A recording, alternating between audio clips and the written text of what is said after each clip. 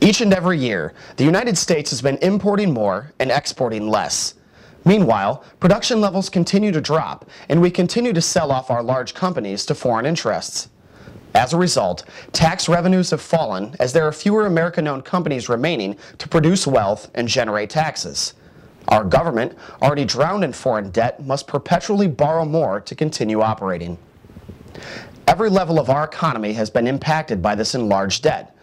The United States balance of trade deficit was well over $800 billion for each of the years 2006, 2007, and 2008.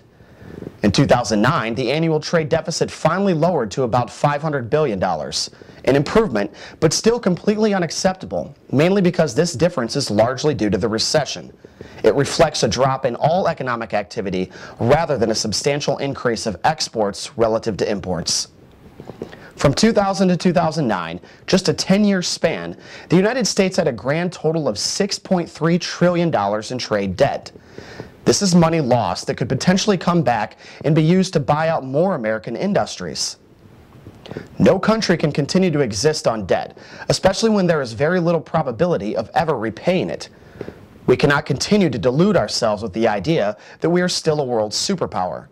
Our standard of living and economic strength is dependent on our imports, and our entire economy can only be temporarily sustained by ever-increasing debts. As we witnessed briefly in 2008, the bubble will burst. When it happens again, the effects could be far more damaging and far more permanent. Inevitably, our creditors will discontinue loaning us more money. Our capabilities to produce for ourselves and the world have become uncompetitive and insufficient.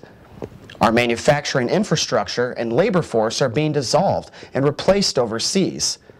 When the money and loans run out, we may be too far gone to still possibly function.